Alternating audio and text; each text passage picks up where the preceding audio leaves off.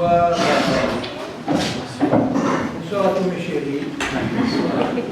Alors, dit mes bien-aimés, langage plus connu. Bien-aimés dans le Seigneur, c'est la dernière soirée. Et avant de commencer, je voudrais remercier tout le monde, Jean-Pierre, Werner, le groupe de jeunes, le groupe des moins jeunes, tous ceux qui nous ont invités, qui m'ont invité. Et pour moi, c'était une bénédiction d'être avec vous, d'avoir la grâce de partager cette parole précieuse. Et je disais à une sœur en montant, vous allez me manquer. Parce que j'ai vraiment senti une communion spirituelle, enfin dans l'esprit, le désir de partager la parole, de la recevoir dans un cœur ouvert. Pour moi, c'est une grande bénédiction d'avoir des frères et sœurs qui absorbent. Quand on a en face un groupe qui est fermé, c'est difficile pour celui qui prêche. Mais là, je sens que les cœurs sont ouverts et pour moi, c'est une bénédiction. Merci Seigneur. Alors ce soir, je voudrais vous parler ou approfondir la question du combat de la foi et comment persévérer dans la foi. Parce que les bénédictions que Dieu nous a accordées déjà en Christ, il faut savoir s'en emparer et il faut les garder parce qu'on a un ennemi qui va s'efforcer de nous en priver. Et il y arrive souvent de nous priver de ces bénédictions, d'abord de nous empêcher de les connaître, après, une fois qu'on commence à les avoir, nous décourager et de mettre toutes sortes d'obstacles pour qu'on ne puisse pas vraiment les faire descendre dans notre vie, ou alors si on les a fait descendre, pour nous en priver après un certain temps. Et il faut donc vous vous rappelez que les Hébreux étaient esclaves en Égypte. Ils sont restés esclaves 450 ans. Ils ont eu le temps de prendre une mentalité d'esclave. Le temps de Joseph était bien loin. Et en prenant une mentalité d'esclave, une fois qu'ils ont été libérés, ils ont dû apprendre à s'en libérer de cette mentalité d'esclave parce que Dieu voulait faire d'eux des guerriers et des conquérants et des vainqueurs. Ils avaient un pays de Canaan à conquérir. Et ce pays, c'est le plus beau de tous les pays, le pays où coule le lait, le miel, un pays magnifique, magnifique parce que déjà c'était le pays que Dieu leur avait donné et le pays où Dieu voulait faire résider son nom. Et quand Dieu est là au milieu de son peuple, le pays est magnifique. Et on voit que les bénédictions que Dieu leur avait accordées, c'est-à-dire il leur avait dit, ce pays vous appartient, il est à vous, je vous les ai réservés. Mais ce pays ne leur est pas tombé dessus comme ça. Il a fallu qu'ils entrent et il a fallu le conquérir à la pointe de l'épée. Et il y avait des géants, et il y avait des villes fortifiées, il y avait vraiment, en apparence, quelque chose de difficile à faire. Et Dieu leur avait dit, mais ne vous inquiétez pas, ils n'ont plus de couverture, ils sont entre vos mains, je suis avec vous, si vous restez fidèles, vous ne perdrez pas un seul homme. Ils ont commencé à en perdre quand ils ont désobéi. Mais tant qu'ils étaient restés fidèles, ils avaient la victoire partout et dans tous les combats. Et Dieu voulait qu'ils fassent un travail complet. Ils ont mis 5 ans à conquérir le plus beau du pays. Entre parenthèses, quand la nouvelle génération est entrée, il n'y en avait que 2 de l'ancienne génération qui ont eu la possibilité de pénétrer. Il y a eu Josué et Caleb. Il y a eu aussi les Lévites. Souvent on oublie que la tribu des Lévites, elle est passée aussi. Puisque vous retrouvez plus tard Phinéas et les enfants d'Aaron qui étaient passés aussi. Parce que eux, c'était la tribu de l'Éternel. Mais parmi les tribus du peuple, seuls 2, Josué et Caleb, sont passés. Ils avaient 40 ans quand ils étaient devant le Jourdain et qu'ils n'y sont pas passés. 40 ans après, ils ont commencé la conquête de Canaan à l'âge de 80 ans. Et 5 ans après, Josué et Caleb, qui avaient donc 85 ans, on le voit dans le livre de Josué au chapitre 15, ils se retrouvent là, et Caleb dit à Josué, tu te rappelles, on avait 40 ans quand on a commencé la marche dans le désert, et maintenant on en a 85, et on a autant de force à 85 qu'à 40. Et Caleb ose dire, maintenant, donne-moi cette montagne d'Hébron. Il y avait les Anakim, c'était d'ailleurs les plus grands géants. Et à 85 ans, il prend son épée et ses armes et il est allé conquérir la montagne d'Hébron. Et ils avaient une moins bonne alliance que nous. Il ne faut pas qu'on se laisse conditionner par le monde et par tous les messages que le monde nous envoie à la télé ou partout, dans tous les médias, qui veut nous conditionner pour nous faire croire qu'à partir de 60 ans, on commence à décrépir, à 70, à 80 et à 90, bon, ben, on n'est plus bon à rien. Moïse avait 120 ans quand il est mort, et encore il aurait dû vivre, parce qu'il a été en fait puni par Dieu. À 120 ans, sa vigueur était la même qu'à 40, et ses yeux ne s'étaient pas affaiblis. Alors vous pensez que c'est possible encore de demander à Dieu des choses comme ça, avec une meilleure alliance? Quand on dit qu'on a une meilleure alliance, ça veut dire que toutes les bonnes choses de l'ancienne restent dans la nouvelle et qu'il y a des choses en plus. Mais pour que ça devienne possible, il faut que dans nos cœurs et dans notre foi, on commence à modifier notre manière de penser et à croire à des choses qui sont pour le monde actuel impossibles. Parce que pour notre Dieu, tout est possible. Et à celui qui croit aussi. Regardez dans l'Épître aux Éphésiens, au chapitre 1er et au verset 3.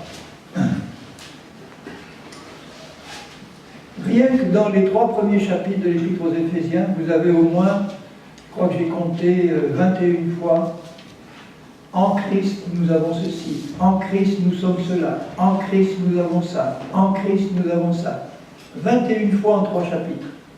Et il commence au chapitre 1er, verset 3, il dit « Béni soit Dieu, le Père de notre Seigneur Jésus-Christ, qui nous a bénis par le passé, il nous a bénis de toutes sortes de bénédictions spirituelles dans les lieux célestes en Christ. » Voilà, c'est acquis.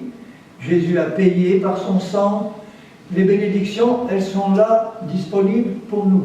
Toutes sortes de bénédictions spirituelles. Et il commence, en lui, Dieu nous a élus, en lui, Dieu nous a pardonné, en lui, nous avons la rémission des péchés, en lui, nous avons ça, en lui, nous sommes assis en esprit dans les lieux célestes en Christ. C'est-à-dire au plus haut de la position céleste, Christ est sur le trône actuellement à la droite du Père. Et il a un trône tellement vaste qu'il peut y faire asseoir tous ses enfants nés de nouveau. Assis en Christ sur le trône de Dieu dans les lieux célestes, c'est la position la plus haute de l'univers. Après la chute, l'homme est tombé sous le contrôle de Satan. Donc dans la priorité des hiérarchies, il y avait Dieu, Père, Fils, Saint-Esprit. Il y avait les anges de Dieu, ensuite il y avait Satan, et puis en dessous il y avait toute l'humanité perdue, qui était sous le contrôle de Satan. Quand Jésus est descendu du ciel pour nous racheter, tous ceux qui l'ont accepté comme Sauveur et Seigneur ont reçu le pardon de leurs péchés et une nouvelle nature à son image, et il nous a transportés au plus haut. Donc actuellement, dans la hiérarchie divine, vous avez Dieu, le Père, Fils, Saint-Esprit. Évidemment, ils sont au plus haut. Mais par sa grâce, il nous a associés. Il nous a installés à la position la plus haute, en Christ, à la droite du Père. Ce qui fait que maintenant, la hiérarchie, c'est Père, Fils, Saint-Esprit. Nous, en Christ, on est associés au plus haut. En dessous, vous avez les anges de Dieu. Et puis en dessous, vous avez Satan, et en dessous, vous avez les hommes non régénérés.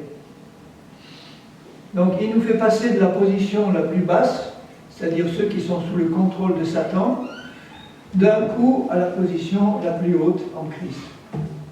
Satan était notre maître, notre tyran, et maintenant, en Jésus-Christ et en son nom, c'est nous les maîtres de Satan et de ses démons. Au nom de Jésus, bien sûr. Parce que c'est Jésus qui est le roi des rois, le Seigneur des seigneurs.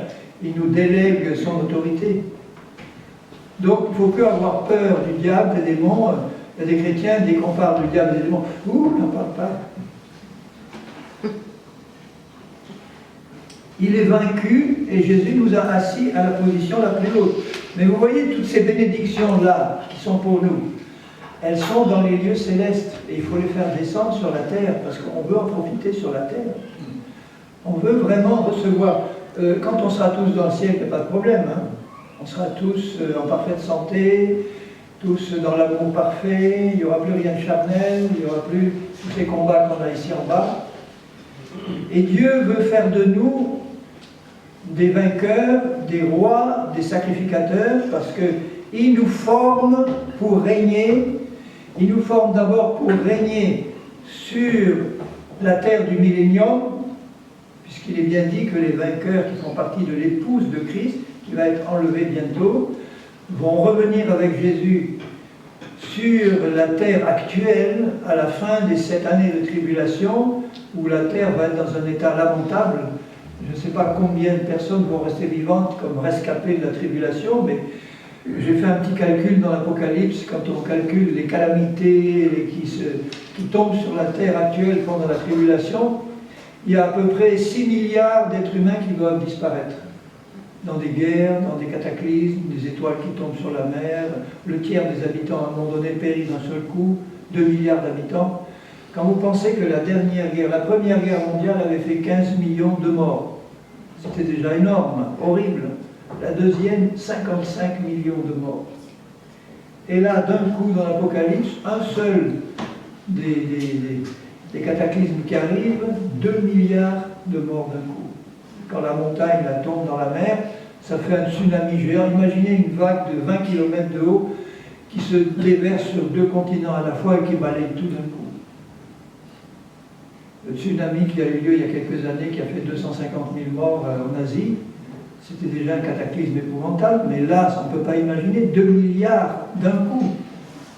Et les autres, alors la terre les rescapés de la tribulation, qui vont être des hommes comme nous, et qui vont vivre, naître et mourir, et qui vont devoir se convertir, ils vont être sous le règne de Christ.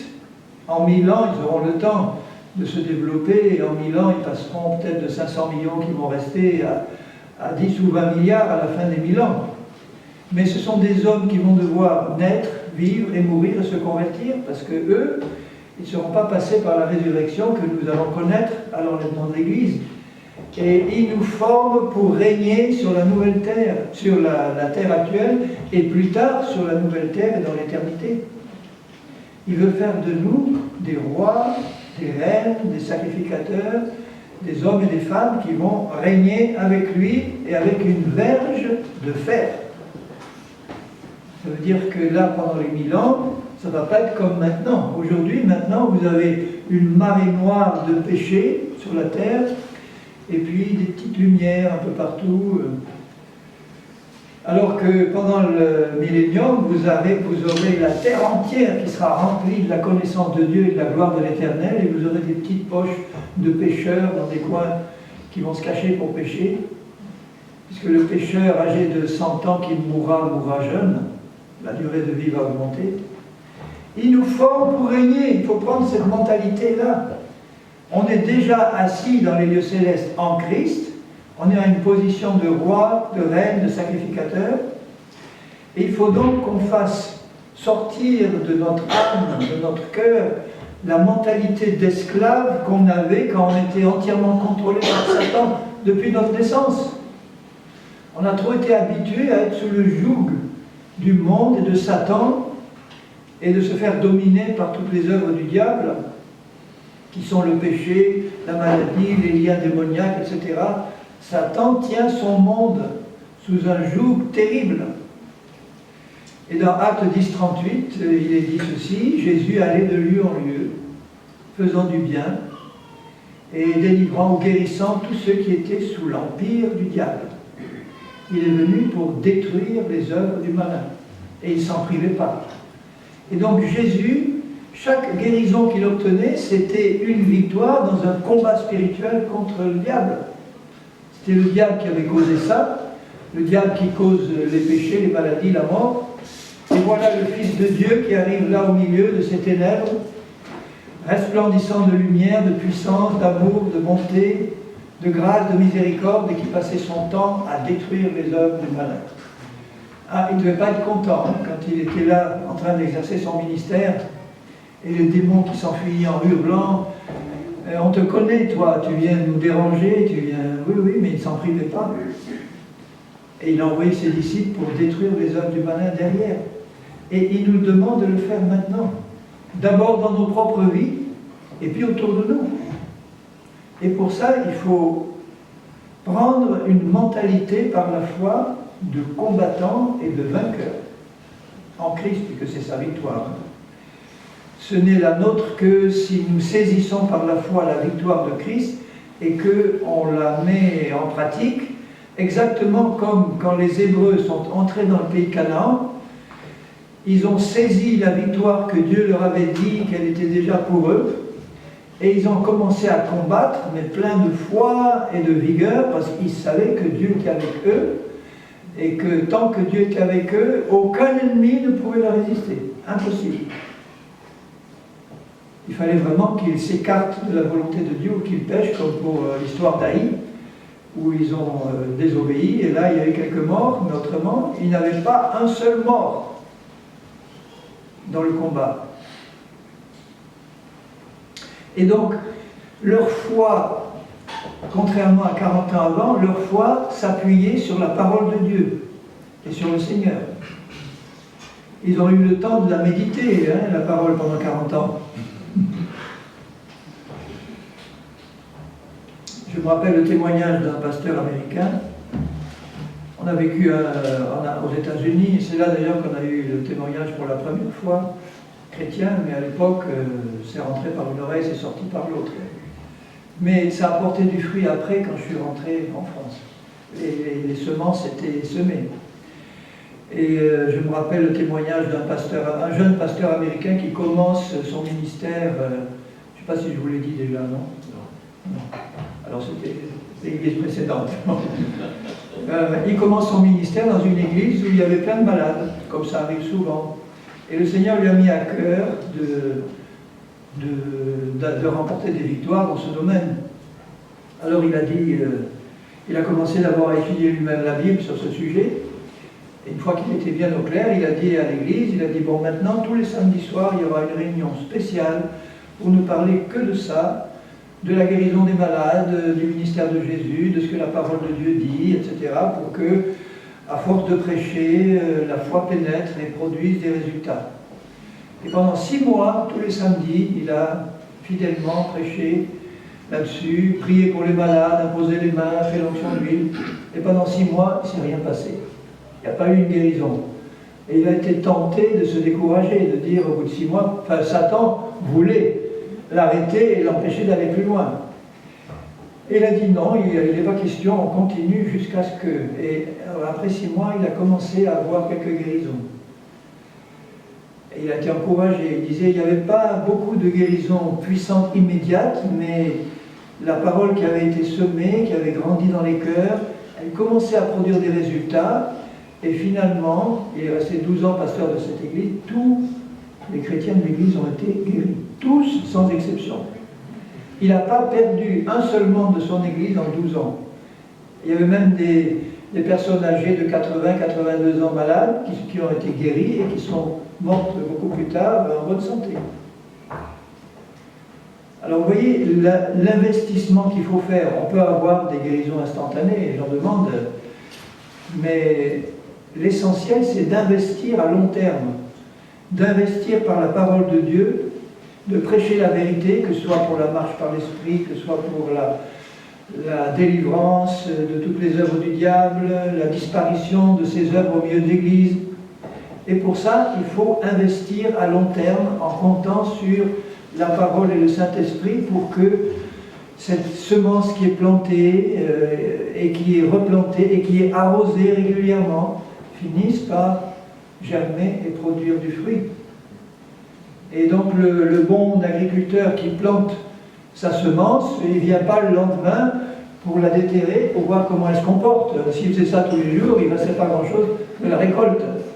Il plante et il a foi dans son cœur que si les conditions sont réunies, s'il arrose, s'il y a du soleil, si les conditions sont bonnes, le blé va germer, il va sortir et il va produire du fruit 30, 40, 50, 100. Vous vous rappelez la parabole du semeur? Les 4 terrains qui représentent 4 types de cœurs. Le premier, c'est un cœur tout sec. La graine, elle est semée, mais elle ne peut pas se planter parce que le terrain est piétiné, il est tout sec. Et le second, il y a de la terre, mais il y a plein de cailloux en dessous et des rochers, donc il n'y a pas beaucoup de terre pour que ça germe profondément. La graine sort, elle prend de l'ampleur, elle grandit d'ailleurs plus vite que quand le terrain est profond. Et puis, à la première épreuve, ça y est, elle sèche, elle tombe parce qu'il n'y a pas de racines profondes. Le terrain n'a pas été dégagé, on n'a pas enlevé les pierres. Le troisième, c'est, il n'y a pas de pierre, mais il y a d'autres graines que la bonne. Alors, toutes les graines poussent en même temps, parce que le terrain est bon, il est arrosé, il y a du soleil, évidemment les mauvaises graines, elles poussent aussi. Elles étouffent la bonne. Et là où ça pousse bien, c'est le terrain qui est bien dégagé, qui est entretenu. On a enlevé les cailloux. Je ne sais pas s'il y a des jardiniers ou des gens qui ont des potagers, mais vous savez ce que c'est que travailler un potager, ça ne se fait pas comme ça tout seul. Il faut enlever les mauvaises herbes, il faut enlever les cailloux, il faut sarcler, il faut arroser, il faut... Et là, on a une récolte. Et notre cœur, c'est pareil. Si on veut voir toutes ces bénédictions célestes descendre pleinement dans nos vies, il faut faire notre part. Ça ne va pas nous tomber dessus comme ça. On peut avoir des bénédictions qui arrivent miraculeusement, et ça fait du bien, mais la plupart de ces bénédictions nécessitent un investissement dans notre étude, notre méditation, notre écoute de la parole régulière, en commençant par les fondements, et puis en progressant petit à petit, jusqu'à ce que, eh ben, voilà, la récolte elle est là, ça y est, on a été persévérant et patient, maintenant la récolte est là. Donc cette récolte, elle vient quand on entretient la foi, et qu'on persévère dans la foi. La foi vient, je lis dans Romains 12, vous le connaissez, mais c'est bien quand on le relit et qu'on l'entend. Quand vous l'entendez en le lisant, ça fait double effet. Alors quand vous venez écouter des études bibliques, amenez vos Bibles, comme ça vous écoutez et vous lisez en même temps. Dans Romains 10,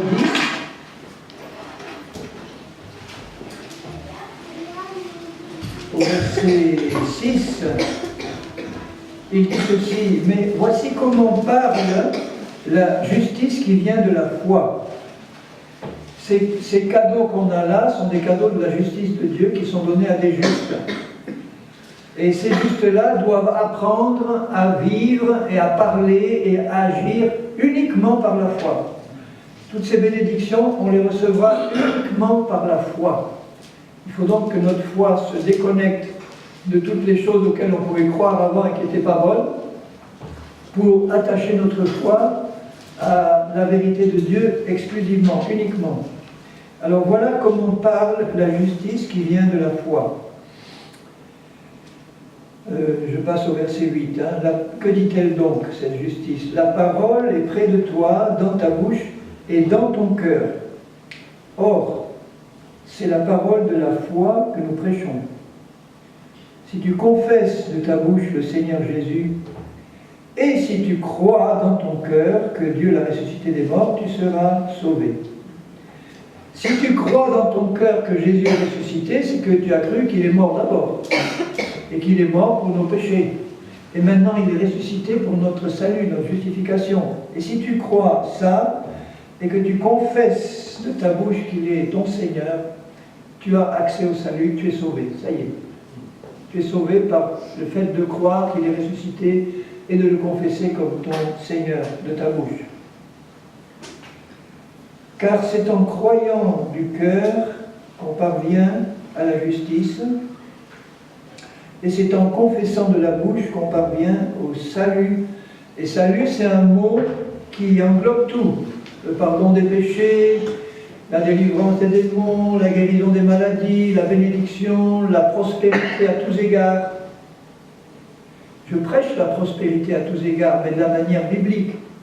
Pas en disant, si vous êtes pauvre, vous êtes des mauvais chrétiens. Et pour être des bons chrétiens, il faut être riche. Ça, c'est la mauvaise prédication de la prospérité. La vraie prospérité, c'est de savoir qu'on a dans les cieux un papa qui est riche pour ses enfants et qui est prêt à pourvoir à tous les besoins quand on en a. Alors, il ne nous demande pas forcément d'avoir un compte bancaire hyper rempli, mais notre compte bancaire des cieux, il est archi-comble et il est prêt à descendre, le Seigneur est prêt à faire descendre dans nos vies toutes ces bénédictions au fur et à mesure qu'on en a besoin et qu'on croit. Et là, ça descend et on en profite. Par exemple, je peux vous citer mon exemple personnel. Quand le Seigneur m'a demandé d'abandonner mon bon travail, j'étais directeur des études, j'avais 120 professeurs du supérieur et d'université sous ma responsabilité. On avait des projets d'extension, des milliards qui tombaient pour construire de nouveaux bâtiments. Enfin bref, l'avenir était glorieux sur le plan humain. Et puis Dieu me dit, tu laisses tout, tu abandonnes tout et tu vas prêcher l'évangile par la foi, sans salaire, sans sécurité sociale, sans chômage, bien sûr, il ne s'agissait pas d'aller, sans demander de l'argent à personne, sans faire de la quête, rien, tu me laisses pourvoir à tes besoins. Et c'est moi qui pourvoirai. Donc c'est un appel spécial. L'appel normal, c'est travaille et gagne ta vie. Ce que j'ai fait pendant des années. Et quand il dit, maintenant tu arrêtes, c'est moi qui vais pourvoir, c'est qu'il a envie de faire des miracles. Alors quand je suis parti, on a fait une cérémonie, on m'a donné un chèque de 175 000 francs à l'époque, une prime quoi de départ, qui m'a permis de déménager, d'acheter une nouvelle voiture, de m'installer avec ma famille dans une belle maison.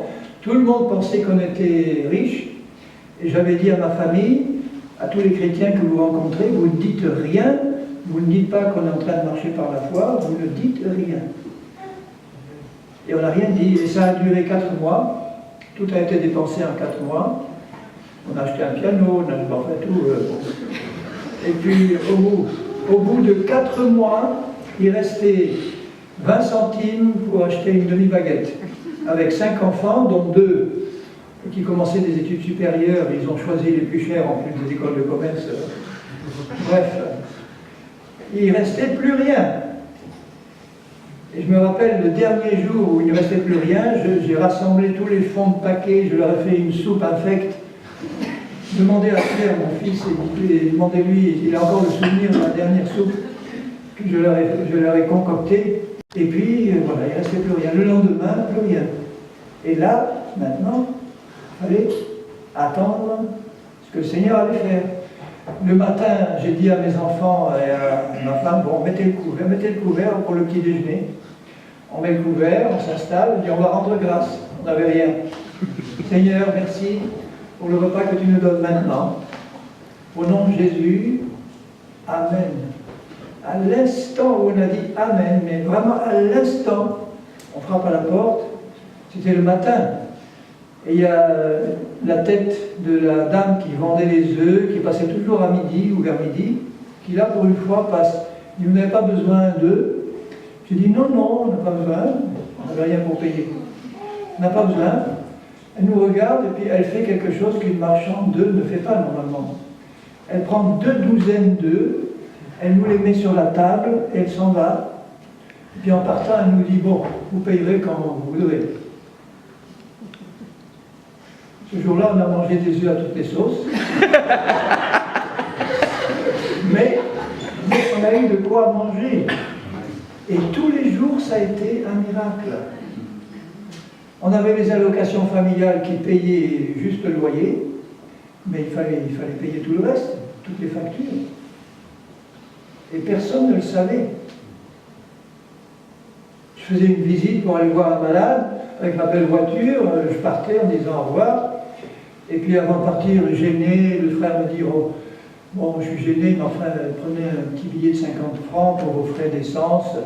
Je dis merci frère, je le prends de la part du Seigneur. Il ne savait pas que c'était les seuls 50 francs que j'avais pour nourrir ma famille ce jour-là. J'allais à Intermarché, j'ai ramené, voilà. Pour aujourd'hui, on a. À chaque jour suffit sa peine. Et quand on a vu, ma femme au début était un peu inquiète, mais quand elle a vu comment Dieu était fidèle, on a perdu toute inquiétude concernant les finances. Et Dieu, d'une manière ou d'une autre, a toujours... Et on est allé 6 fois en Amérique du Sud, à Madagascar, on est allé au Québec, on est allé... Et à chaque fois, Dieu payait à l'avance tous les frais. Ce qui me permettait de dire, là où j'allais, je ne demande rien, même pas les frais de voyage, ce que je fais tout le temps. Rien, ne demande rien, Dieu paye d'avance tout. Il m'arrive de visiter des églises. En général, on donne une enveloppe, et quand j'ai besoin de rien, je dis, ben, écoute, il n'y a pas quelqu'un qui a besoin dans ton église, moi j'ai pas besoin. Alors tu vas lui donner de la part du Seigneur sans me dire que ça vient de moi. J'ai fait ça 3 fois dans la même église à 1 an d'intervalle à chaque fois. À chaque fois, le pasteur me donnait 700 € à la fin d'une semaine de séminaire. Je lui dis, écoute, j'ai pas besoin, et donne à quelqu'un qui en a besoin. Et la 3e année, il me dit, tu vas quand même pas me dire encore que tu as besoin de rien. Tu vis de quoi? De l'air du temps, quoi. Je dis, non, du Seigneur. Il dit, bon, donne à un missionnaire qui va partir en Afrique. Bon. Et l'église suivante, une toute petite église, je ne sais pas si c'était 30 ou 40, le Seigneur me met à cœur de garder ce qu'ils vont sans doute me donner. Après une semaine de séminaire, d'ailleurs le pasteur n'a pas fait d'appel, il a dit, bon, il y a un tronc là, à la sortie, s'il y en a qui ont envie de donner quelque chose, vous donnez, bon. Et puis c'est tout, on n'a plus reparlé. Pendant la semaine, il y a une sœur qui me donne en privé un chèque de 1 000 €. Et puis à la fin de la semaine, le pasteur dit, viens dans mon bureau, on a relevé le tronc pour toi. Il y avait 9 000 €, donc cette petite église nous a donné 10 000 €. C'était le Seigneur. Parce qu'il savait qu'il y allait avoir un voyage ou une dépense derrière. Et ça me permettait nous-mêmes d'arroser ceux qui avaient des besoins autour de nous. Parce que la loi du royaume, c'est donne et tu recevras. Alors je ne vais pas donner pour recevoir, mais en donnant de bon cœur, Dieu pourvoit et il le rend, je dirais presque au centuple. Là, bientôt, je vais faire un petit tour du monde, dans 7 pays, tour du monde complet. Mais c'est payé d'avance. Alléluia. Alors, toutes ces bénédictions spirituelles, là, dans les lieux célestes, il faut s'en emparer par la foi en comptant sur la fidélité de Dieu qui va ouvrir les écluses des cieux, quels que soient nos besoins, qu'ils soient dans nos cœurs, dans nos corps, dans nos finances, dans nos vies, dans nos familles. Tout est couvert d'avance par le sacrifice de Jésus-Christ. Tous nos besoins. Il dit, l'apôtre Pierre, dans sa 2e épître, je crois, il dit, nous avons déjà en Christ, nous avons reçu tout ce qu'il nous faut pour la vie et la piété. Tout nous est donné en Christ. Toutes les promesses de Dieu sont oui et amen en Christ. Et il faut oser croire qu'on a un bon papa dans les cieux qui nous aime d'un amour éternel. Combien j'aimerais que le Seigneur puisse nous révéler là maintenant à chacun encore plus profondément quelle est la grandeur de l'amour qu'il a pour chacun de nous ici ce soir. Et que tu le saches une fois pour toutes à quel point Dieu t'aime. Il t'aime. Il m'aime. Et il se délecte à faire du bien à ceux qu'il aime. À nous aussi, ça nous fait plaisir, hein, de faire du bien à ceux que nous aimons. Et si nous pouvions le faire bien davantage, on le ferait. Mais alors, Dieu qui a des ressources illimitées, imaginez à quel point il désire faire du bien en abondance à ceux qui sont ses enfants. Lui qui fait même pleuvoir sur les païens et sur ceux qui ne le connaissent pas, lui qui les bénit, à combien plus forte raison il désire nous combler de ses bénédictions. Et la plus grande des bénédictions, c'est de nous avoir ôté tous nos péchés, nous avoir délivrés de la puissance du malin et de nous avoir établis dans les cieux avec lui. Alors Seigneur Jésus, toi qui es présent au milieu de nous, je veux vraiment te bénir et te prier de continuer d'ouvrir notre intelligence spirituelle pour qu'on puisse te connaître tel que tu es et te servir tel que tu le mérites. Si vous regardez dans l'Épître aux Hébreux, il est dit au chapitre 1er que, au verset 1 et 2, après avoir autrefois, à plusieurs reprises et de plusieurs manières, parlé à nos pères par les prophètes, dans l'ancien temps c'était par les prophètes que Dieu parlait. Dieu, dans ces derniers temps, nous a parlé par le Fils. Voilà. Et le Fils a parfaitement dit tout ce que les prophètes n'avaient pas pu dire auparavant. Le Fils qu'il a établi héritier de toutes choses, et Paul nous dit que nous sommes héritiers de Dieu et co-héritiers de Christ. Or, Christ a été établi héritier de toutes choses. Et nous sommes co-héritiers avec lui de toutes les bénédictions de Dieu que Dieu avait promises à Abraham dans l'alliance qu'il avait conclue avec Abraham et avec sa postérité. Et dans l'Épître aux Galates, Paul dit que la postérité au singulier, c'est d'abord Christ. Donc c'est une alliance conclue entre Dieu le Père et Christ au travers d'Abraham. Qu'est-ce qu'il peut y avoir comme plus solide alliance qu'une alliance éternelle entre Dieu le Père et son propre Fils, qui est issu d'Abraham? Quand il dit à Abraham, combien je suis heureux de ta fidélité, tu ne m'as pas refusé ton Fils, ton unique, celui que tu aimes. Eh bien, à cause de ta fidélité, le monde entier sera béni par ta descendance. Et Christ et sa descendance d'abord, et nous sommes aussi fils et filles d'Abraham par la foi, mais fils et filles de Dieu en Christ, co-héritiers de toutes choses. On n'a pas à se plaindre, hein?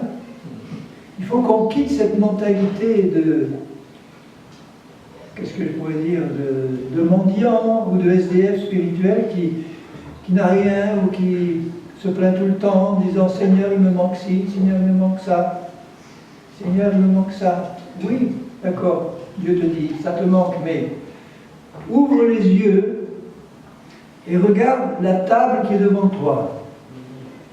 Combien elle est chargée de mets succulents et bons. Prends et sers-toi. Vous vous rappelez que nous sommes sauvés par grâce et par la foi. Les deux.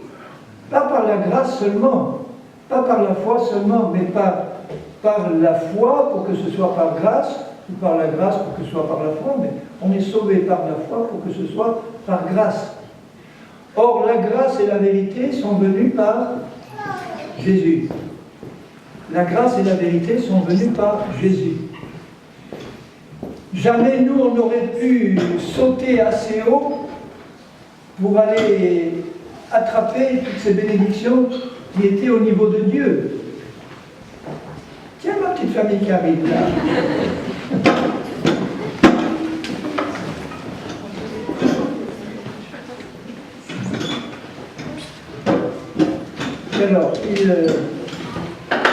Alors Dieu a trouvé la solution de faire descendre la grâce par Jésus. Donc il est descendu à notre portée, parce que nous on ne pouvait pas monter là-haut. Il est descendu et avec Jésus, tout l'héritage de notre Père. Donc la grâce est venue, et maintenant la foi c'est nous qui prenons, parce que la foi c'est comme une main qui prenons tout ce que la grâce a fait descendre devant nous. Donc vous voyez que les deux sont nécessaires. si ce que Dieu a prévu et qu'il l'a fait descendre là devant nous, si nous ne mettons pas notre foi en action pour le prendre, eh bien ça va être perdu. Ou si on avait seulement la foi mais rien à nous mettre sous la dent, eh bien on n'aurait rien eu à saisir non plus. Tandis que là, par la grâce, toutes les richesses et la bénédiction de Dieu sont venues à notre portée avec Jésus, et il nous donne en plus la foi pour le prendre. Il nous donne une mesure de foi, dit Romains 12, une mesure de foi qui au départ nous est suffisante pour prendre tout ce qu'il nous faut au début de notre vie chrétienne.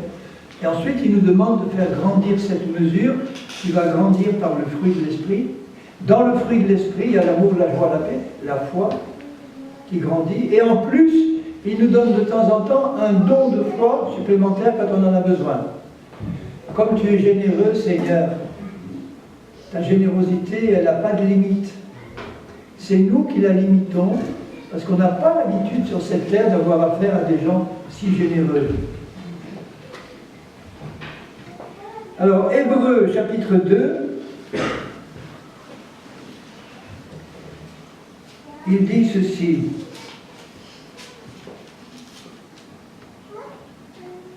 Au verset 5, ce n'est pas à des anges que Dieu a soumis le monde à venir.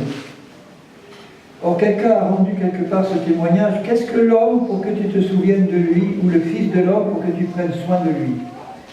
Tu l'as abaissé pour un temps au-dessous des anges, tu l'as couronné de gloire et d'honneur, il parle de Christ, et tu as mis toutes choses sous ses pieds. En effet, en lui soumettant toutes choses, Dieu n'a rien laissé qui ne lui fût soumis. Et Jésus dit lui-même, tout pouvoir m'a été donné dans le ciel et sur la terre. Donc si tout pouvoir a été donné à Jésus, c'est que personne d'autre n'a la moindre parcelle de pouvoir. Le diable n'en a aucun. Il en a un grand pouvoir, mais pour ceux qui ne connaissent pas la puissance qu'ils ont en Christ. Cependant, nous ne voyons pas encore maintenant que toutes choses sont soumises à Christ. Parce que dans le monde, il y a encore Satan qui tient du monde sous sa puissance. Et au moins dans l'Église de Christ, on devrait voir la puissance de Dieu pleinement manifestée, parce que nous sommes soumis à Christ maintenant. Celui qui a été abaissé pour un peu de temps au-dessous des anges, Jésus, nous le voyons couronné de gloire et d'honneur par la mort qu'il a soufferte, afin que par la grâce de Dieu, il souffre la mort pour tous. Et il est couronné de gloire et d'honneur, et il nous a introduits dans sa gloire et dans son honneur. La gloire que tu m'as donnée, je leur ai donnée aussi, il dit. Il convenait en effet, au verset 10, que celui pour qui et par qui sont toutes choses, et qui voulait conduire à la gloire beaucoup de fils. Qui c'est ces fils-là et ces filles? C'est nous. Il veut nous conduire à la gloire. Beaucoup, il élève à la perfection par les souffrances le prince de leur salut. Et nous aussi, nous serons élevés à la perfection par les souffrances injustes que nous devons subir sur cette terre. Il nous a donné la perfection dans notre esprit, mais pour qu'elle passe dans notre vie pratique, il faut passer par beaucoup de tribulations. Et il faut savoir bien les prendre, ces tribulations et ces souffrances. Si, quand une souffrance se présente, tu réagis mal, tu te rebelles, eh bien, tu vas repasser par la case départ, comme au Monopoly, sans toucher les 20 000 francs. Et tu vas devoir réapprendre la même leçon. Tu vas retourner un tour de plus dans le désert, jusqu'à ce que tu comprennes que si Dieu te fait passer par l'épreuve, c'est pour t'apprendre à avoir la bonne réaction. Ça, c'est la loi numéro 1 que le Seigneur m'a apprise quand j'ai commencé à apprendre à marcher par l'Esprit. Il me dit, il faut que tu apprennes que toutes les épreuves que tu peux traverser maintenant, et notamment les épreuves injustes, bien sûr, parce que les épreuves qui sont dues à mes mauvais comportements, je dis c'est normal, je ramasse le retour du bâton. Mais une épreuve, un traitement injuste qu'on m'inflige alors que je n'ai rien fait de mal, ça c'est quelque chose qui doit, dans notre tête, nous devons accepter ça comme une promotion spirituelle de Dieu pour nous. Il n'y a rien de plus beau qu'un chrétien qui supporte avec patience et avec reconnaissance un traitement injuste qu'il n'a pas mérité. Parce que Christ a pu faire toute sa vie des traitements injustes. Et on doit participer à ces souffrances-là. Car celui qui sanctifie et ceux qui sont sanctifiés sont tous issus d'un seul. C'est le Père qui nous sanctifie. Et nous sommes sanctifiés en Christ. C'est pourquoi il n'a pas honte de les appeler frères, lorsqu'il dit « J'annoncerai ton nom à mes frères, je te célébrerai au milieu de l'assemblée. » Et au verset 14, « Ainsi donc, puisque les enfants participent au sang et à la chair, il y a également participé lui-même, afin que par la mort, par sa mort, il anéantit, il réduit à néant celui qui a la puissance de la mort, c'est-à-dire le diable, et qu'il délivre tous ceux qui, par crainte de la mort, étaient toute leur vie retenus dans la servitude. Nous étions retenus sous la servitude du diable et il nous tenait par la crainte de la mort. La mort, c'est un épouvantement pour la plupart des gens de ce monde. Pour nous, c'est un gain. Mais pas avant l'âge, hein. C'est-à-dire, si on meurt prématurément, ce n'est pas dans la volonté de Dieu. Et Paul dit, eh bien, moi, je ne sais pas qu'est-ce que j'ai à choisir. Je désire bien plus, en premier, être auprès du Seigneur et le voir face à face, mais pour vous, j'ai décidé, pour vous, je désire encore plus rester là pour vous édifier. Donc, il n'était pas question qu'il meure avant l'âge. Et la crainte de la mort est à la base de tous les problèmes de l'humanité, de toutes les angoisses que vous pouvez imaginer. Il y a la peur de la mort là au fond. En fait, ce n'est pas seulement la peur de la mort, c'est la peur du néant ou la peur d'un jugement. Je me rappelle, il y a des années, j'avais vu à la télé à l'époque un ministre de Gaulle, André Malraux, qui était très connu, un grand écrivain, etc., complètement athée. Et vers la fin de sa vie, il parlait, avec tous les tics qu'il avait, il parlait à la télé, et il disait, moi je ne crois pas en Dieu, pour moi ça n'existe pas.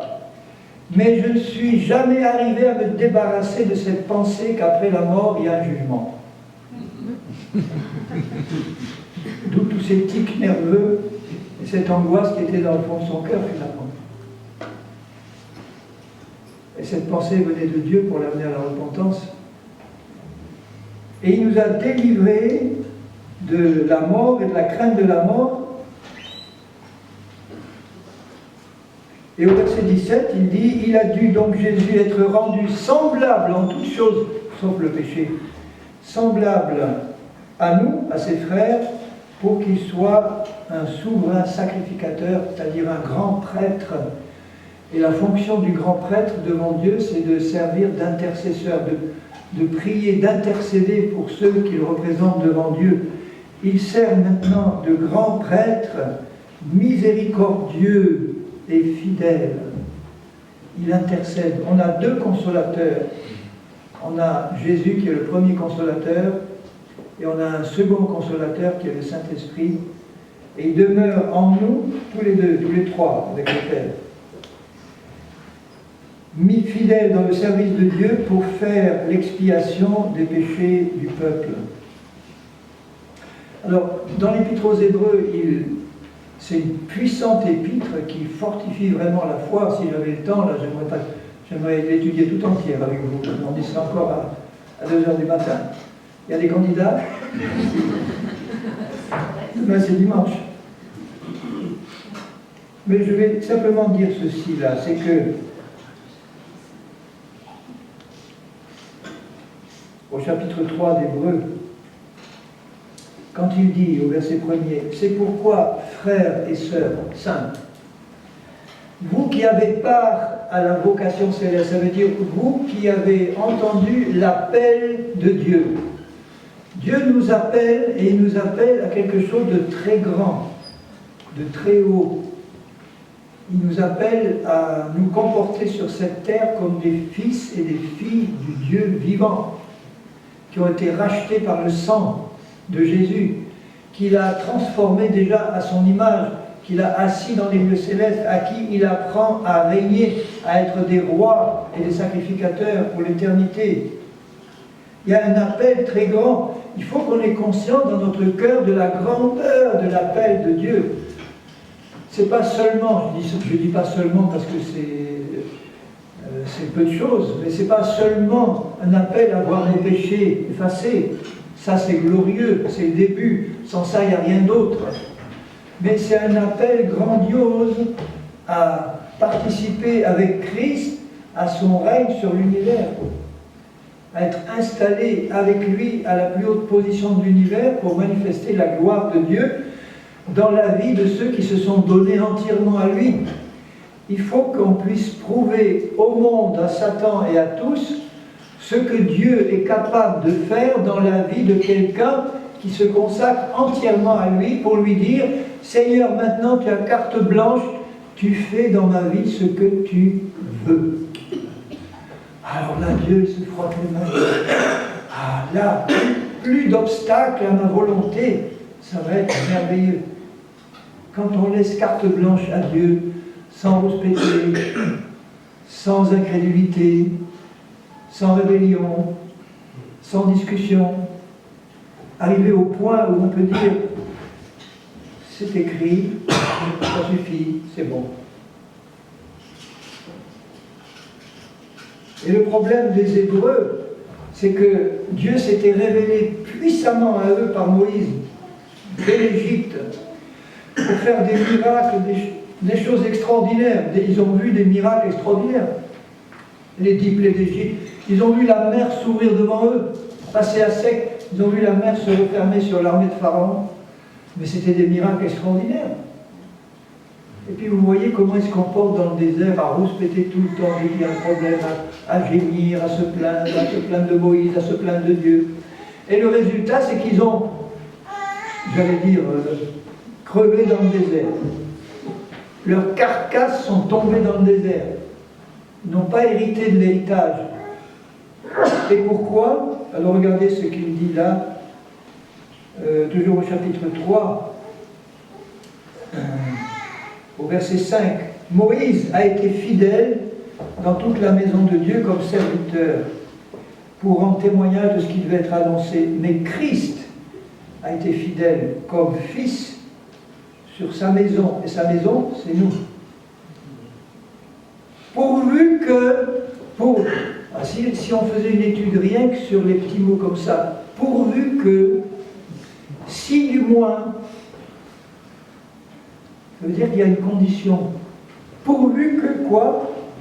Nous retenions jusqu'à la fin, voilà la persévérance, nous retenions jusqu'à la fin la ferme confiance, c'est la définition de la foi, et l'espérance dont nous nous glorifions, et c'est pourquoi, selon ce que dit le Saint-Esprit, aujourd'hui, là il parle à des chrétiens, aujourd'hui, si vous entendez sa voix, et quand je lis la parole, j'entends sa voix dans mon cœur, par l'Esprit. Si vous entendez sa voix, n'endurcissez pas vos cœurs, comme lors de la révolte, lors de la tentation dans le désert, où vos pères me tentèrent pour m'éprouver, et ils virent mes œuvres pendant 40 ans. Aussi je fus irrité contre cette génération. Ils ont poussé Dieu à la colère, alors que Dieu voulait les bénir au-delà de tout ce qu'ils pouvaient imaginer. Et Paul dit dans le 2e aux Corinthiens, au chapitre 10, il dit que tout ce qui leur est arrivé, ça a été pour nous servir d'exemple à nous chrétiens. Alors ne nous imaginons pas qu'on sera, malgré tout l'amour et la compassion que Dieu a pour nous, qu'on sera traité plus légèrement que les Hébreux, ou moins sévèrement que les Hébreux. on sera traité plus sévèrement parce qu'on a de meilleures promesses et une meilleure alliance et de meilleures bénédictions qui sont à notre portée, par la foi uniquement. Et je jurai donc dans ma colère, ils n'entreront pas dans mon repos. Il parle du repos de la foi. Quand tu as entendu Dieu te parler par sa parole ou par l'Esprit, et que Dieu t'a annoncé quelque chose qu'il veut faire dans ta vie, il te dit, je veux te bénir, je veux te sauver, je veux te pardonner, je veux te donner ma force, ma puissance, mon esprit, je veux te guérir, je veux t'établir dans la sainteté, dans la justice sur cette terre pour être un témoin puissant et fidèle et permettre à mon Fils de se manifester au travers de toi et de l'Église. Voilà, il nous dit ça. Et si nous, on est là en disant, mais Seigneur, tu vois, ça fait 20 ans que je te sers, il ne s'est rien passé dans ma vie, je galère, j'ai que des épreuves, des difficultés, je viens de perdre mon travail, et puis il y a ci, il y a ça, et on vient de me découvrir un cancer, oula, oula, oula, vous voyez les épreuves. Et la première loi qu'il voulait leur apprendre, c'est pas d'abord l'épreuve qui compte, c'est la manière de réagir quand on a une épreuve. Alors tant que je suis dans la chair, je vais mal réagir. Je vais réagir en fonction de ce que je vois, de ce que je sens, de ce qu'on me dit.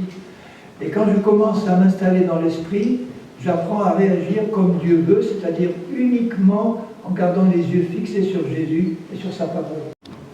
Ça prend du temps pour désapprendre à marcher comme on marchait sur la terre et apprendre à marcher par la foi en seulement ce que Dieu dit.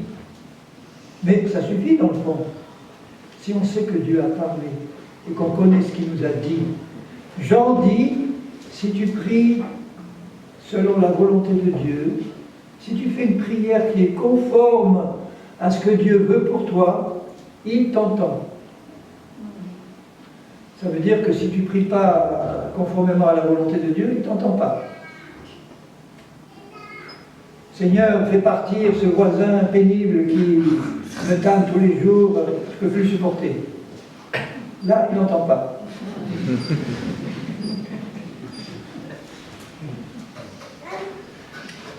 Seigneur, donne-moi la force de l'aimer tel qu'il est, remplis-moi d'amour, et bénis-le, sauve-le, qu'on soit des frères et des amis. Ah, tiens, ça j'entends, mais est-ce que vous savez qu'il a entendu? Parce que Jean dit, si vous savez que Dieu entend, vous possédez maintenant la chose que vous lui avez demandée. Vous la possédez dans l'invisible, et après, une fois que vous vous êtes emparé de la chose que vous avez demandé à Dieu, parce que vous savez qu'elle correspond à la volonté de Dieu qui nous est révélée par cette parole d'abord, donc tout ce que vous trouvez là qui peut faire l'objet d'une prière, vous présentez cette parole, vous arrivez avec la parole devant Dieu en disant, tu as dit dans ta parole, Seigneur, ça, je m'approche avec assurance de toi pour appuyer ma parole sur ce que tu as dit là. Vous êtes sûr qu'il vous entend et que vous êtes exaucé au moment même où vous avez prié. Pas au moment où vous allez le voir, parce que vous ne le verrez pas si vous ne croyez pas que vous avez été exaucé au moment où on a prié.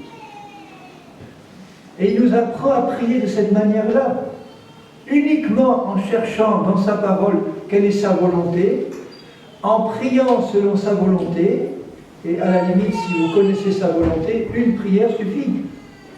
On a besoin de prier plusieurs fois quand on n'est pas sûr qu'on a été entendu la première fois, parce qu'on n'était pas dans la foi.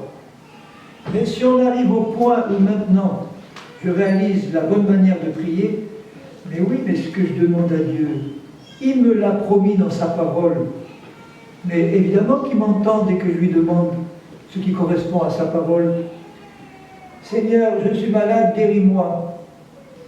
Il entend immédiatement, et pour lui, c'est fait. Mais est-ce qu'il va trouver quelqu'un qui ose croire que c'est fait dès qu'il a demandé conformément à sa parole? Non, parce qu'on n'est pas habitué à ça. Parce que les symptômes visibles sont toujours là. s'il n'y a pas de guérison immédiate. On sent toujours les douleurs, et le diable va s'arranger pour les faire augmenter d'ailleurs. Et puis du coup, on a un combat de la foi entre deux réalités. Il y a une réalité matérielle et physique qu'on voit avec nos yeux et nos sens, qu'on ne peut pas nier. Il ne s'agit pas de dire « les douleurs ne sont pas là ». Non, il n'y a rien. Non, ce serait un mensonge. Il y a une réalité matérielle qui existe. Il y a des symptômes, il y a des analyses médicales, il y a ce que le docteur a dit, il y a ce que les scientifiques... Là, ça existe. Il y a pas de... Ok, c'est une réalité, on ne peut pas la nier. Mais il y a une réalité invisible, beaucoup plus réelle, beaucoup plus puissante. C'est la réalité de Dieu dans l'invisible, ce qu'il a dit, ce qu'il a annoncé, ce qu'il a donné dans sa parole, qui est la révélation de ce qu'il y a dans son cœur et dans sa vie. Et le combat, il est là, entre deux réalités, une physique et une spirituelle. Et si mes yeux et mon cœur sont attachés à ce que je vois, je ne vais pas pouvoir recevoir ce que Dieu a promis dans l'invisible. Ça ne passera pas ou ça prendra beaucoup de temps. Alors, puisqu'on parle de guérison, je ne suis pas contre les médecins et la médecine, ne me faites pas dire ce que je ne dis pas. Heureusement qu'il y a des médecins et de la médecine. J'ai vécu au Paraguay, là-bas il n'y a pas de sécurité, à part les très riches, il n'y a pas de sécurité sociale, il n'y a pas de retraite, il n'y a rien. Vous devez payer l'hôpital avant d'y entrer si vous voulez vous faire soigner. Et les chrétiens là-bas nous disaient, ben, nous on est obligés d'avoir la foi. Parce qu'on n'a pas la médecine développée qu'on a chez nous. Alors si vous n'avez ni la foi ni la médecine, là vous êtes mal. Mais ce que Dieu veut, c'est qu'on développe notre foi. Donc, tant que votre foi n'est pas au niveau où Dieu veut la mener, eh bien, ayez recours à des méthodes qui peuvent vous faire tenir encore quelques temps, le temps de développer votre foi. Parce que c'est ça que Dieu veut. Il veut que notre foi se développe pour que toutes les bénédictions spirituelles qu'il a acquises puissent passer et passer le plus rapidement possible. Parce qu'il veut nous éviter toutes ces souffrances, le Seigneur, dans sa compassion. Et là, au chapitre 4 de l'Hébreu, il dit aux chrétiens, craignons donc, tandis que la promesse d'entrer dans son repos. Le repos, c'est ça y est, je l'ai, ça y est, je sais dans mon cœur que je l'ai, même si je ne le vois pas encore, je sais que je l'ai, et parce que j'ai cette totale certitude dans mon cœur que je l'ai, je sais que je le verrai. Je sais que je le verrai. Parce que Dieu se tient derrière sa parole pour l'accomplir, pour la confirmer dans la vie de ceux qui croient et qui tiennent jusqu'au bout. Parce qu'on peut tenir dans la foi pendant 1 an, 2 ans, et après on commence à se décourager parce qu'on ne voit pas les choses assez vite, on baisse les bras et tout ce qui était en train de descendre, qui était peut-être à 1 jour de se manifester, ne peut plus se manifester parce qu'on a baissé les bras. On a arrêté d'avoir la foi. Et Jacques, il parle sévèrement, il dit « Ne vous imaginez pas que vous recevrez quoi que ce soit si vous doutez. » Heureusement qu'un peu plus tard, il est dit « Gardez les yeux fixés sur Jésus, qui est l'auteur de la foi et celui qui l'amène à la perfection. » Parce que quand vous regardez Jésus, vous ne pouvez pas manquer d'avoir un cœur rempli de foi. Quand vous lisez dans les évangiles ce qu'il a fait, ce qu'il a dit, vous ne pouvez pas éviter de monter la foi, sentir la foi monter en vous. Gardons les yeux fixés sur Jésus. Et il dit au chapitre 4 et au verset 2, « Cette bonne nouvelle nous a été annoncée à nous, aussi bien qu'à eux. » Ils avaient une bonne nouvelle aussi, eux. Ce pays est à vous. Allez, entrez, prenez-en possession. Allez à la conquête. Cette bonne nouvelle nous a été annoncée aussi bien qu'à eux, mais la parole qui leur fut annoncée ne leur servit à rien. Pourquoi? Parce qu'elle ne trouva pas de la foi chez ceux qui l'ont entendue. Alors qu'elle aurait dû, parce qu'ils savaient que c'était Dieu qui avait parlé. Quand vous savez que c'est Dieu qui vous parle, La moindre des choses, c'est de faire attention à ce qu'il dit et de lui faire confiance. Parce qu'on n'a pas affaire à un homme pour mentir. On a affaire au Dieu de l'univers qui est vrai, qui est la vérité pure et parfaite. Il est le chemin, la vérité et la vie. Il est la vérité avant tout. Il s'appelle la vérité. Parole qui sort de sa bouche, c'est une pure vérité et il nous appelle à nous en nourrir uniquement. Elle ne leur servit à rien parce que cette parole ne trouva pas la foi chez ceux qui l'ont entendue. C'est comme si la parole rentre, elle cherche, elle regarde dans nos cœurs, elle dit, où est la foi là? Où elle est? Oui, elle y est, mais elle est occupée à autre chose. Parce que les Hébreux, quand ils ont eu le rapport des 10 mauvais espions qui n'avaient pas la foi, quand ils ont écouté ce qu'ils ont dit, non, il y a des géants, il y a des villes fortifiées, on n'arrivera pas. Ils ont cru ce que les 10 espions incrédules leur disaient. Ils ont cru à leur rapport. Ils ont utilisé leur foi pour croire à ce que ces espions incrédules disaient, sauf 2. Et du coup, quand Dieu parle pour leur dire « Allez-y, vous aurez la victoire », toute leur foi était utilisée pour croire les mensonges des incrédules, et il n'y en avait plus pour la parole de Dieu. Mais ils avaient la foi, mais elle était mal utilisée. Quand Dieu nous donne une mesure de foi, comme il le dit dans Romains 12, il s'attend à ce que nous l'utilisions exclusivement de la bonne manière, uniquement pour croire à ce que Dieu dit. Quand vous croyez à autre chose, c'est comme si vous vous attachez à un cheval puissant. La foi, c'est un cheval puissant. Vous l'attachez à votre charrette ou à votre carrosse, ça dépend. Et puis, voilà, la foi vous fait avancer. Mais imaginez que vous attachez une demi-douzaine d'ânes en sens inverse de l'autre côté. Alors, est-ce que ça va aller aussi vite? Bon, si vous mettez qu'un âne attaché en sens inverse, le cheval est plus puissant que l'âne, il arrivera quand même à faire avancer. Mais mettez 10 ânes derrière, du coup le cheval est arrêté, il va reculer. Alors les ânes, c'est la foi que vous attachez au mensonge. Ça tire en sens inverse de Dieu. La foi en Dieu, c'est le cheval qui tire vers l'avant. Si vous voulez aller vite, il faut couper toutes les cordes qui vous relient à vos ânes. D'ailleurs, je devrais plutôt dire à vos vaches sacrées. Parce que les vaches sacrées, ce sont des choses auxquelles on croit et qui ne correspondent pas à ce que Dieu dit. Et une fois que vous avez coupé les liens de tous les 10 ânes, vous les attachez devant, et là ça ira encore plus vite. C'est-à-dire que vous utilisez toute votre foi disponible pour ne croire qu'à la parole de Dieu. Et là, la parole, elle sert à quelque chose. Et c'est pour ça qu'elle doit être prêchée dans la vérité, répétée dans la vérité, répétée. Combien de fois les apôtres disent « Je ne me lasserai pas de vous répéter les mêmes choses ». Sur mon blog, il y a à peu près 350 articles. Après, il y a Source de Vie pour des messages audio, mais j'ai un blog écrit. Il y a à peu près 350 articles et il y en a au moins la moitié qui vous parlent de ce que je vous ai enseigné cette semaine-là. Sur la marche par l'esprit, sur la foi, sur la vie chrétienne pratique, etc. Donc je reprends en gros les mêmes choses, mais dit d'une autre manière, avec d'autres exemples, pour, à force de répéter, que ça puisse rentrer dans le cœur de ceux qui l'étudient. Parce que ça produit la foi. La foi vient de ce qu'on entend, qui vient de la parole de Dieu.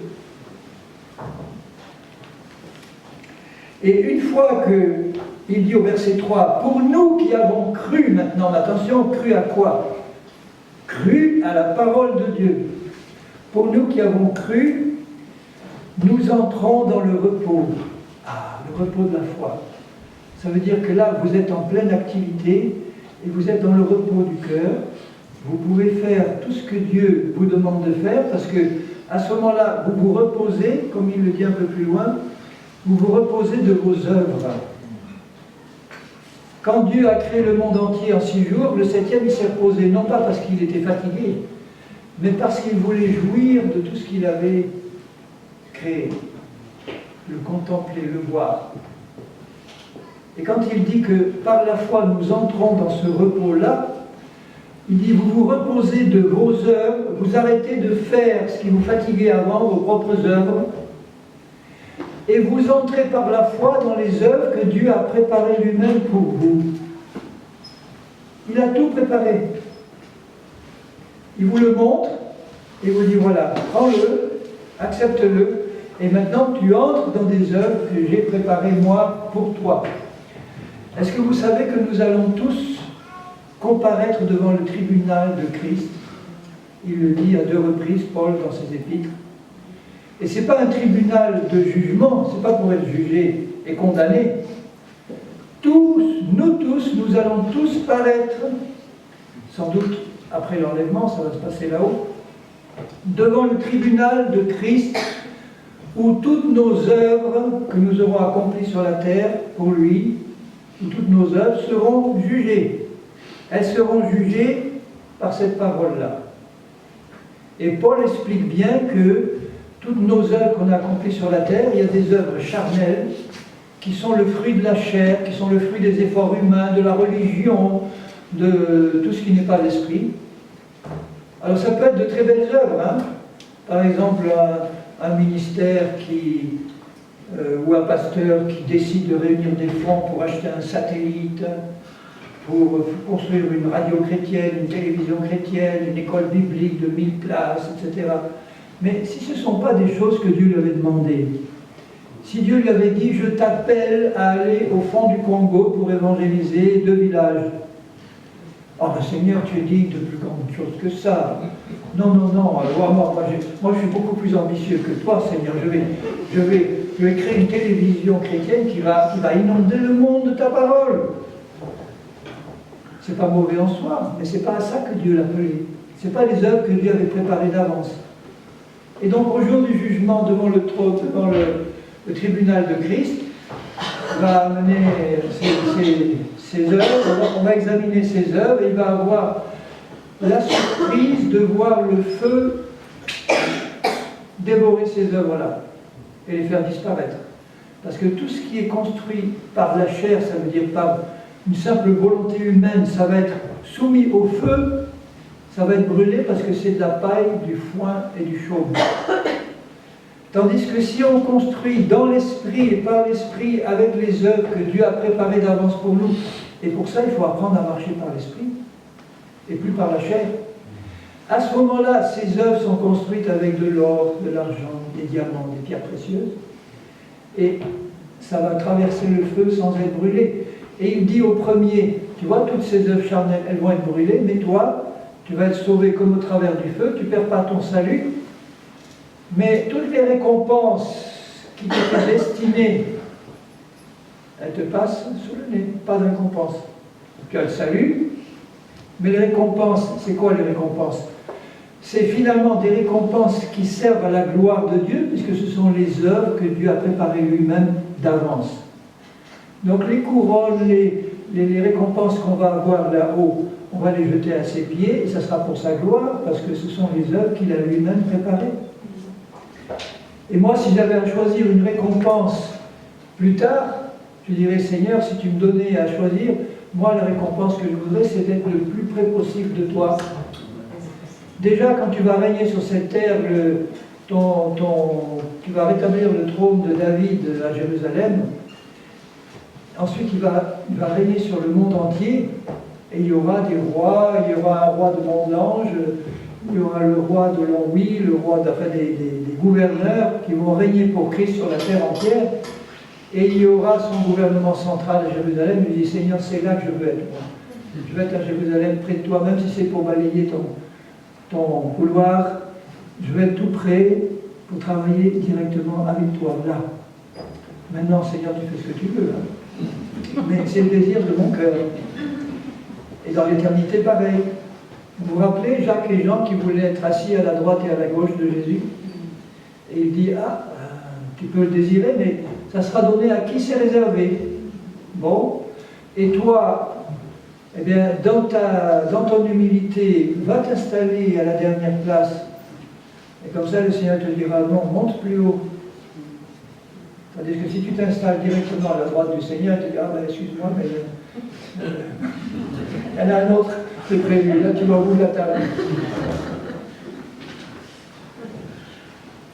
Alors vous voyez l'importance, marcher par l'esprit, c'est apprendre à marcher par la foi.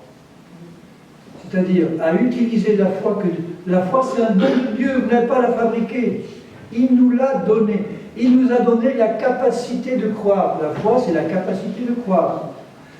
Et tout ce qu'il nous demande, c'est d'utiliser cette foi uniquement pour croire à sa parole, pour croire à sa volonté. Et un peu plus loin, il dit, ah, 10h15, pas possible. Il dit au chapitre 11, la foi est une ferme assurance, une totale certitude des choses qu'on espère. L'espérance, c'est parce qu'il y a quelque chose qu'on ne voit pas. Mais l'espérance toute seule n'amène pas ce qu'on espère à la réalisation. Pour que ça se réalise, il faut qu'on soit sûr, mais sûr de sûr, qu'on possède déjà dans l'invisible ce qu'on ne voit pas, mais qui est promis par Dieu. C'est ça la foi.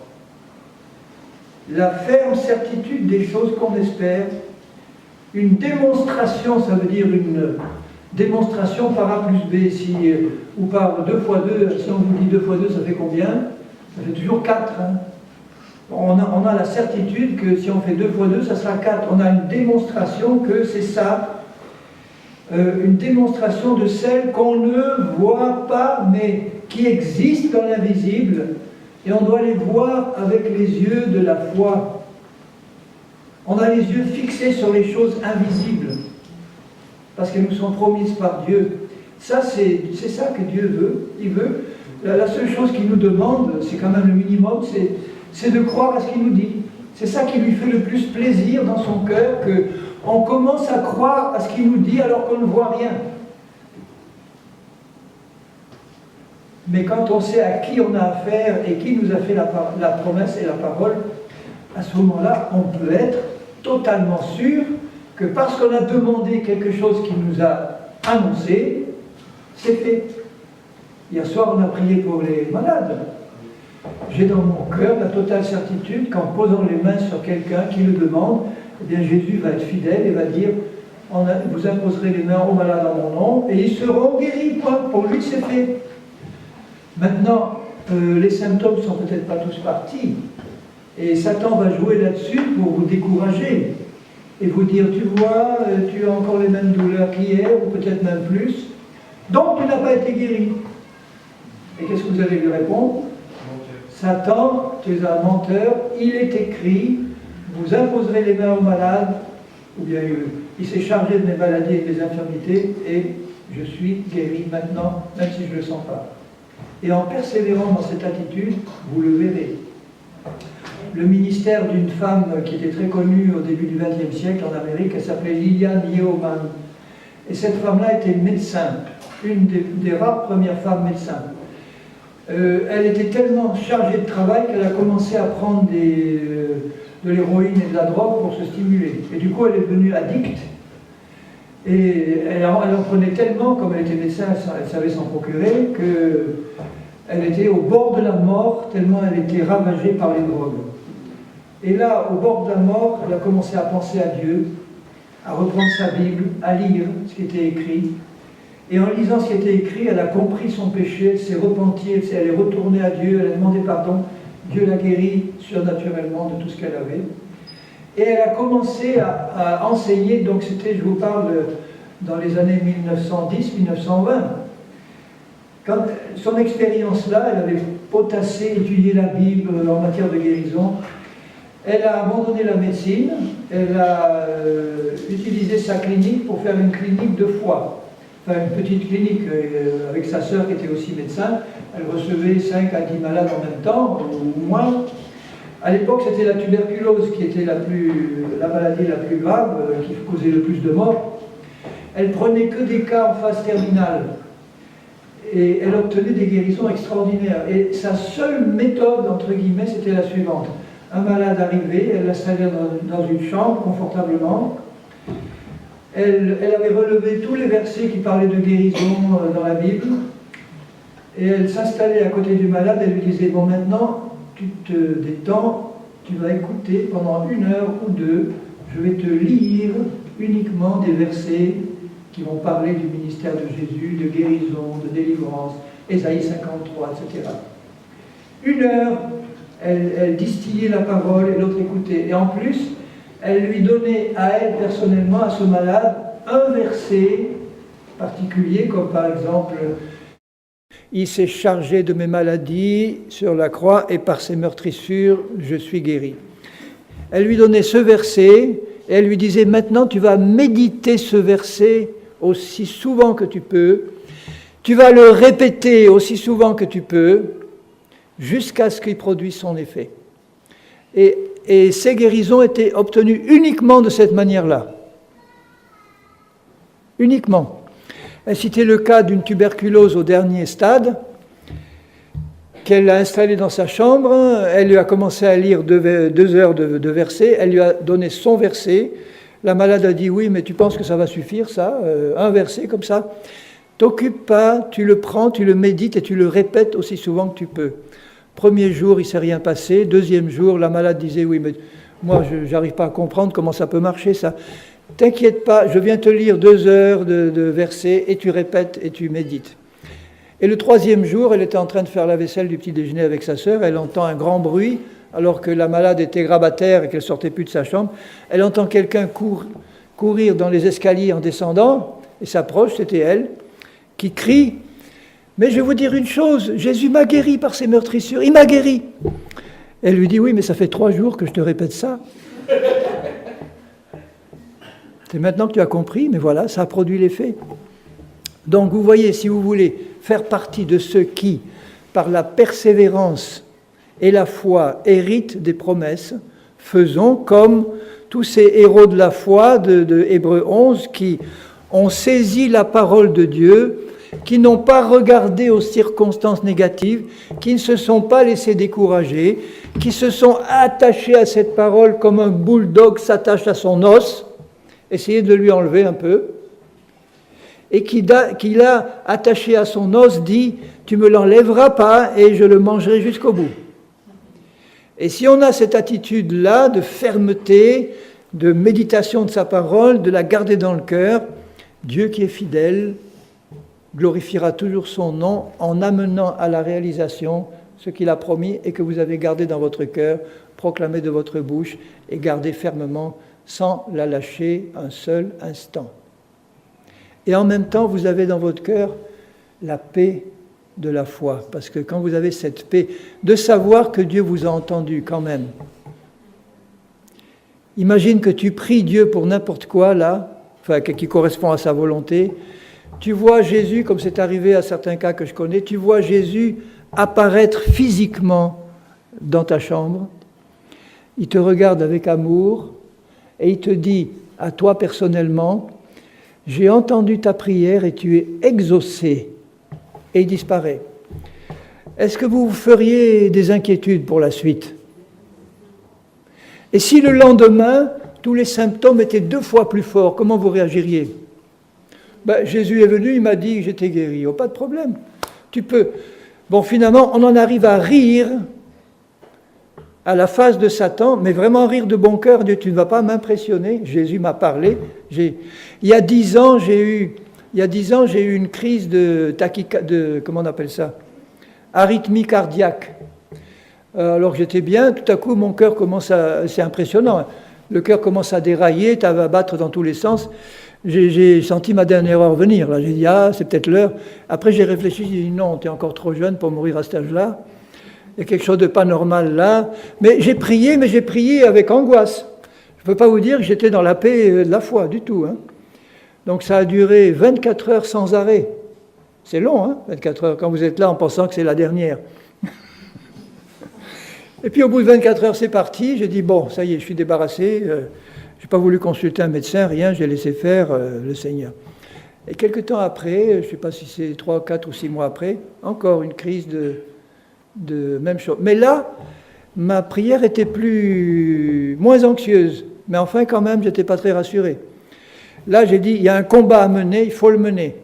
Je vais relire et reméditer toutes ces paroles de guérison, m'en imprégner, et puis résister et rappeler à Satan, il est écrit.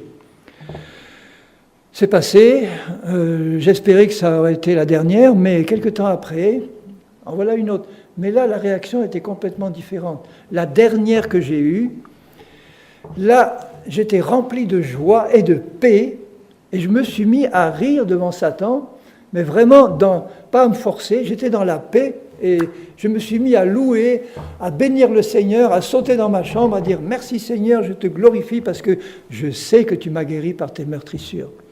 Je sais que c'est ça la vérité. Et tu peux cogner ce que tu veux, Satan, tu ne feras pas mourir et tu ne mourras pas. Et ça sera terminé, on n'en parlera plus. » Et puis c'est parti. Merci Seigneur. Et je suis en meilleure forme maintenant que quand j'avais 40 ans, hein, vraiment. Gloire à Dieu. Mes amis, on va en rester là. J'aimerais quand même prier avant de nous quitter. Je n'ai pas envie de partir, mais je vous laisse avec le Seigneur et avec sa parole, c'est-à-dire vous êtes entre les meilleures mains qui soient. Je vous remercie encore de tout cœur pour votre accueil. J'espère vous revoir un de ces jours. En tout cas, on se reverra en montant. Mais comme j'ai de la famille dans la région, j'y viens souvent et je viendrai vous faire un petit tour. Même si vous ne m'invitez pas à prêcher, je viendrai vous faire un petit tour pour vous remercier. Et je vous laisse surtout avec le Seigneur, avec sa parole et avec son esprit. Et je vous en supplie, au nom de Jésus, attachez-vous fermement à cette parole et ne la lâchez pas. Ne vous laissez impressionner par rien de visible, par rien de sensible, parce que c'est par là que le diable et la chair travaillent. Et nous qui sommes appelés à régner avec lui, on apprend du Seigneur à n'être attachés que à sa parole et aux choses invisibles. Et c'est ainsi qu'on les voit se manifester dans le visible pour la gloire de Dieu. Amen. Seigneur, je te bénis pour ta parole, je te bénis pour ce que tu es. Nous te bénissons, Seigneur, ensemble, et je te confie cette assemblée, ses responsables et tous ses membres. Je te les confie de tout mon cœur et je sais que tu t'en occupes. C'est toi qui bâtis ton Église.